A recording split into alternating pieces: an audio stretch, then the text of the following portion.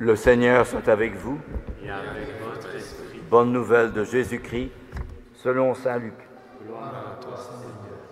En ce jour-là, Marie se mit en route et se rendit avec empressement vers la région montagneuse, dans une ville de Judée. Elle entra dans la maison de Zacharie et salua Élisabeth. Or, quand Élisabeth entendit la salutation de Marie, l'enfant tressaillit en elle. Alors, Élisabeth fut remplie de l'Esprit Saint et s'écria d'une voix forte: « Tu es bénie entre toutes les femmes, et le fruit de tes entrailles est béni. D'où m'est-il donné que la mère de mon Seigneur vienne jusqu'à moi? Car lorsque tes paroles de salutation sont parvenues à mes oreilles, l'enfant a tressailli d'allégresse en moi. Heureuse celle qui a cru à l'accomplissement des paroles qui lui furent dites de la part du Seigneur. » Marie dit alors: « Mon âme exalte le Seigneur, exulte mon esprit en Dieu mon Sauveur. Il s'est penché sur l'humilité de sa servante, et désormais tous les âges me diront bienheureuse. Le Puissant fit bonbon de merveilles, saint est son nom. Sa miséricorde s'étend d'âge en âge sur ceux qui le craignent. Déployant la force de son bras, il disperse les superbes. Il renverse les puissants de leur trône, il élève les humbles. Il comble de bien les affamés, renvoie les riches les mains vides. Il relève Israël son serviteur, il se souvient de son amour, de la promesse faite à nos pères en faveur d'Abraham et sa descendance à jamais. » Marie resta avec Élisabeth environ 3 mois, puis elle se retourna chez elle. Acclamons la parole de Dieu. Louange à toi, Seigneur Jésus. C'est une très belle fête que l'Église fête aujourd'hui, la fête de l'Assomption de la très sainte Vierge Marie, son entrée dans le ciel. Et comme le disait le pape Pie XII, le 1er novembre 1950, Marie est entrée au ciel avec son corps et son âme. Et cependant, aujourd'hui, nous avons tendance à voir dans Marie, la très sainte Vierge Marie, tout ce qu'il y a de beau, de bien, de grand, de grandiose, de merveilleux. Mais peut-être que nous oublions la réalité historique de la vie de Marie, de la très sainte Vierge Marie. Et la très sainte Vierge Marie pourrait nous le dire, et à moi le premier: tu as oublié comment j'ai vécu. Tu ne peux pas proclamer ma gloire et partager ma gloire si tu ne partages pas ma vie que j'ai vécue avec mon Fils Jésus. En effet, lorsque Jésus naît, elle aurait peut-être à bon droit pensé qu'il viendrait dans un palais ou une belle maison, un château, que sais-je. Non, c'est tout le contraire, c'est dans une étable. Et le lit où sert l'enfant Jésus, c'est une mangeoire. Et dans cette étable, il y a des animaux. Ça, c'est pas possible. La Sainte Vierge aurait pu se dire: mais le bon Dieu s'est trompé en m'appelant à devenir la mère de Jésus, la mère du Fils de Dieu. Comment est-ce possible? C'est un paradoxe. Et puis alors, à peine qu'il est né, voilà que le roi Hérode, furieux de ce que les mages ne lui ont pas dit où se trouvait l'enfant Jésus, décide de tuer tous les enfants en dessous de 3 ans. Et de nuit, Joseph prend Marie et l'enfant Jésus et vont partir en Égypte. Dormir où? Manger comment? Comment vivre? Il n'y a pas d'argent. Comment est-ce qu'on va faire? Ça aussi, c'est quelque chose d'étonnant. Le bon Dieu aurait pu dire pour la Sainte Vierge Marie: on va échapper, il va échapper à tout. Non, il est poursuivi par la méchanceté de Hérode. Et c'est tous les innocents qui ont été tués, des enfants en dessous de 3 ans. C'est formidable quand même. La Sainte Vierge connaît tout cela. Et puis alors, lorsqu'elle va présenter l'enfant au temple, le vieillard Siméon lui dit, cet enfant, comme je l'ai dit hier, sera un signe de division. Il assurera le relèvement de beaucoup en Israël, mais aussi la chute de beaucoup en Israël. Et toi-même, ton cœur sera transpercé par une épée. La Sainte Vierge, elle est secouée formidablement. Son fils, il va relever beaucoup de monde, mais il va faire chuter beaucoup de monde aussi. Et son cœur va être transpercé par une épée. Ça, c'est autre chose. C'est comme si vous aviez le baptême d'un petit enfant ou d'un enfant, et on vient vous dire, ton cœur sera transpercé par une épée. Alors ça, c'est... Vous comprenez la réalité de la vie de la Sainte Vierge Marie. Il faut que nous connaissions la vérité, la réalité de sa vie, avant de partager sa gloire. Nous pouvons partager sa gloire qu'en vraiment connaissant, expérimentaux, avec expérience, la réalité de la vie de la Sainte Vierge Marie. Et puis, lorsque, avec Joseph, elle va avec Jésus dans le temple, comme il était inscrit, il était demandé, et puis ils reviennent du temple de Jérusalem, et puis ils ne trouvent pas l'enfant Jésus, ils cherchent après la famille. À l'époque, il y avait beaucoup de monde dans les pèlerinages.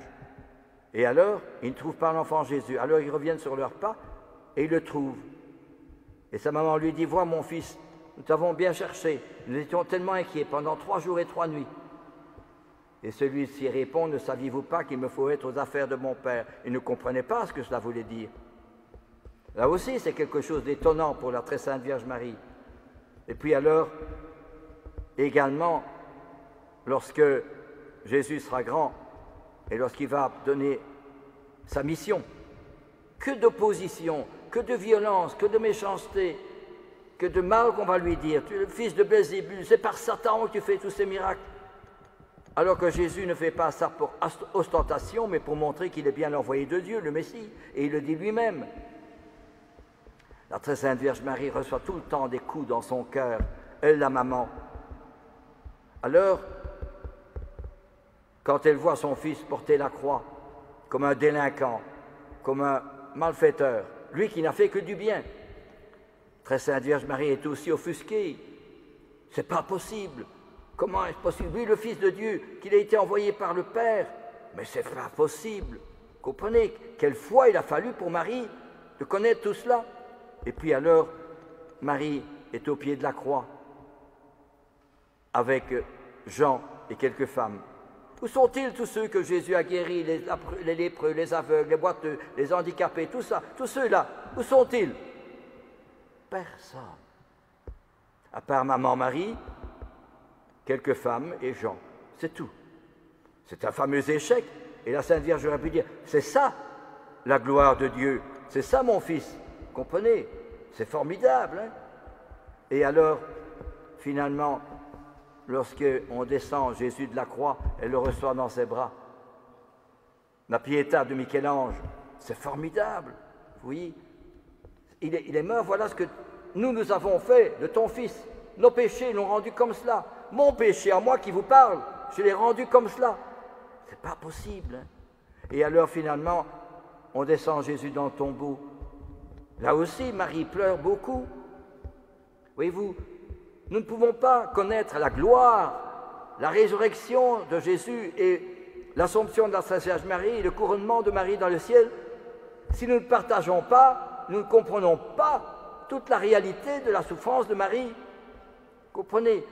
Et comme disait Charles de Foucault, il m'est impossible de vivre dans le confort, la facilité, l'argent, le plaisir, quand je sais que Jésus a été gêné, a eu dur, a eu difficile, a été pauvre, comme Marie.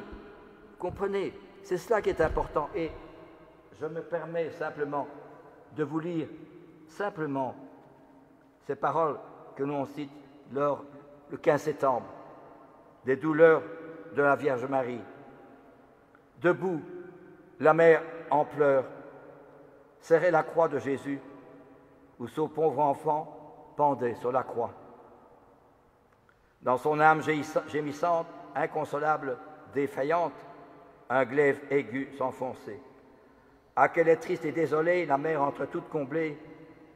il était le premier-né. Exauce-moi, ô Sainte Mère, et plante les clous du calvaire dans mon cœur profondément. Pour moi, ton Fils couvert de plaies a voulu tant souffrir que j'ai une part de ses tourments. Fais que me marque son supplice, qu'à sa passion je compatisse, que je m'applique à sa croix. Et quand mon corps aura souffert, fais qu'à mon âme soit ouvert le beau paradis de gloire. Une belle séquence, une belle prière que l'on chante le jour du 15 septembre, les 7 douleurs de la Vierge Marie. Mais c'est magnifique.